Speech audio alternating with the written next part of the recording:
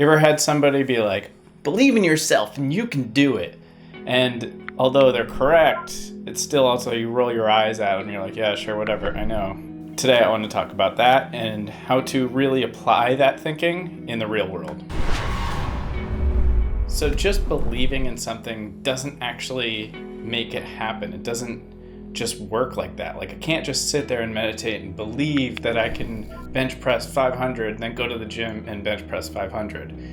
It's a little different than people think. You have to apply that in your mind and make that reality true in a vision. It's kind of like with the saying of Santa Claus, that movie, they say, You're missing the point. What is the point? Seeing isn't believing. Believing is seeing. The thing is, you have to believe it in your mind first as a possible reality that you work towards.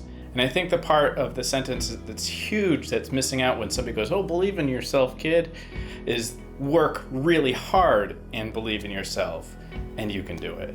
And I think that's really all I have to say about that today. Maybe I'll have more thoughts on it in the future, but that was something that happened today. So for example, in a real world scenario, I always like to use the gym, of course. The rack pull, I've been working at it. I've been picturing a heavier weight every single time.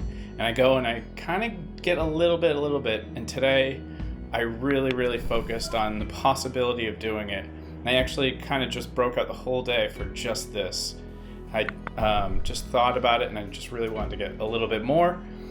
So, just 10 more pounds. And I actually just got a little bit more. I'd like to get to 1,000 pounds. That's my goal right now.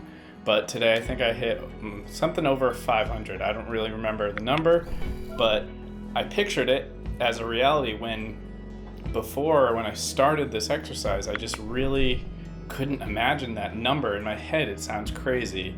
My ego loves it. I love it. It's fun.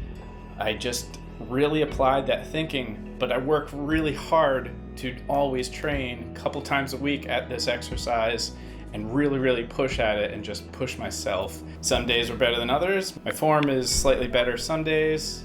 Drop the weight, up the weight, whatever change, I put in the work. And I think that's really important. Don't forget to put in the work and don't just sit there and just think, oh, I can do it.